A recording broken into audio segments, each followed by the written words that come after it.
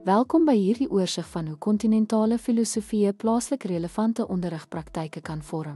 Hierdie benaderings bemagtig opvoeders om leer te ontwerp wat kultureel volhoubaar, ervaringsryk en sosiaal transformerend is.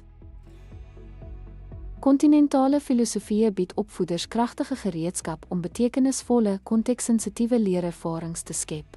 Deur hierdie beginsels toe te pas, kan onderwysers pedagogie ontwikkel wat plaaslike kennis eerbiedig, gemeenskapsbehoeftes aanspreek en kritiese betrokkenheid by studente se geleefde realiteite bevorder.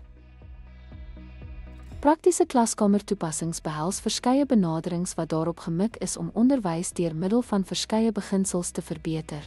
Eksistentialistiese benaderings fokus op onderwys as selfontdekking en autentieke keuse, plaaslik toegepas deur autobiografiese skryfprojekte wat kulturele identiteit ondersoek. Vlugtelingstudente gebruik byvoorbeeld digitale storievertelling om hul migrasieervarings te dokumenteer. Fenomenologiese metodes beklemtoon leer deur middel van beliggaamde, sensoriese ervaring met plaaslike toepassings soos buurtwandeltoere wat gemeenskapsveranderinge dokumenteer. 'n Voorbeeld is stedelike jeug wat 'n klankkaarte van hul omgewing skep.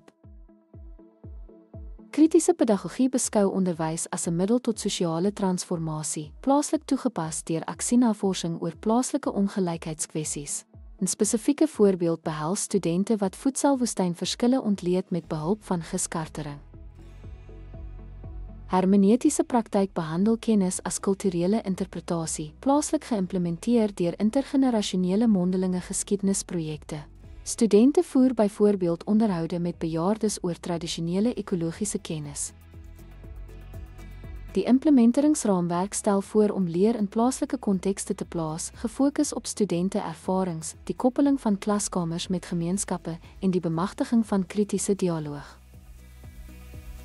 Ten slotte, deur kontinentale filosofie in plaaslike realiteite te veranker, kan ons 'n opvoeding skep wat diep resoneer met kulturele wortels, ervaringsverryk, sosiale bewustheid bevorder en persoonlike betekenis het.